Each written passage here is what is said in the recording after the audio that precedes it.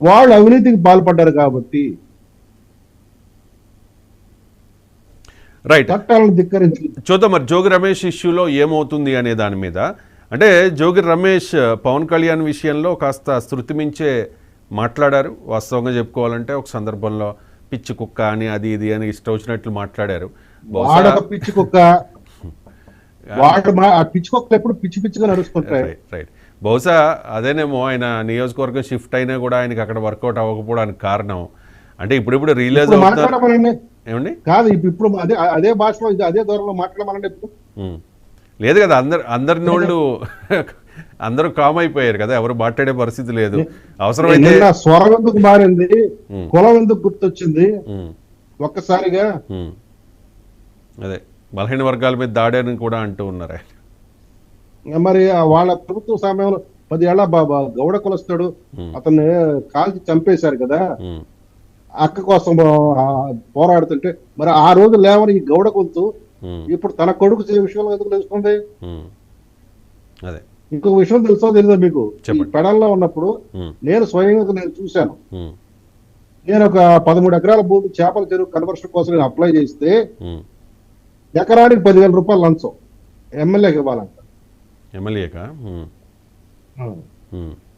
అక్కడ విద్యుత్ ట్రాన్స్ఫార్మర్ పెట్టాలంటే చెరువు దగ్గర ట్రాన్స్ఫార్మర్ 4 లక్షలు. ఇది అతను రేట్లు ఫిక్స్ చేశాడు. ఓకే, లారీ మట్టి అయితే లారీ ట్రిప్కి ఎంత. గూడూరు మండలంలో అయితే ₹1 కోటి అక్రమ తవ్వకాలకి ₹1 కోటి ఒక పోలీస్ అధికారికి అతను కాంట్రాక్ట్ ఇచ్చాడు. నాకు తెలుసు అది ₹1 కోటి. అందుకనే అధికారి ఆ గూడూరు మండలం ఈ ఉండని నాడు ఎవడు కూడా జన సైనికుల మీద కేసు పెట్టాడు తప్ప వైసీపీ వాళ్ళ మీద కేసులు పెట్టాల.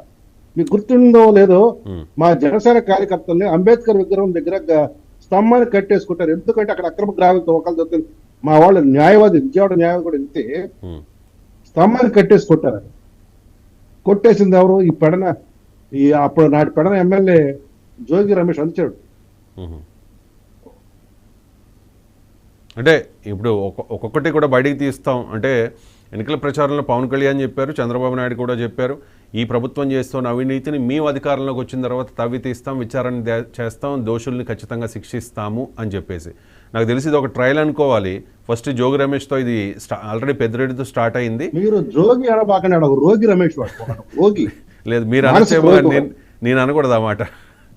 రైట్, అంటే మీరు చెప్తున్న దాని ప్రకారం ఆయన చేసిన అవినీతి, అక్రమాలు, దందాలు, ఇసుక, మట్టి, ఇంకా చాలా వాటి మీద. మా సొంత ఊరు కొండపల్లి, ఆ కొండపల్లి కిల్లా ప్రాంతంలో ఆ కొండ ప్రాంతాలు కూడా బోల్డంత గ్రావెల్ తవ్వుకుంటూ వెళ్ళిపోయాడు. ఓహో, ఓకే, కథలుగా చెప్తారు మీకు ఛానల్ వాళ్ళు వెళ్తే.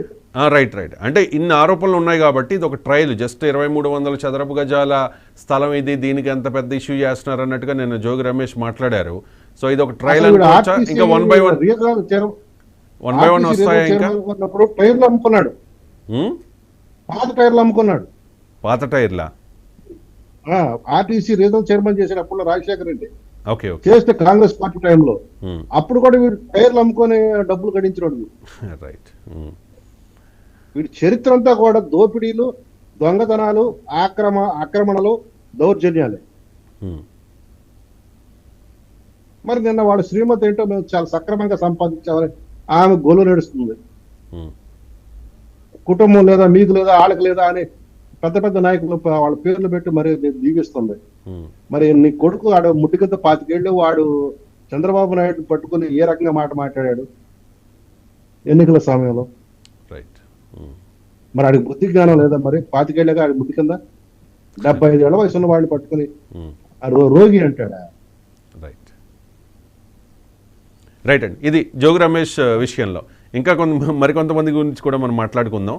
రీసెంట్ డెవలప్మెంట్ ఏంటంటే వల్లభనేని వంశీ గన్నవరం టీడీపీ ఆఫీస్ మీద దాడి చేసిన కేసులో A71గా ఉన్న వల్లభనేని వంశీ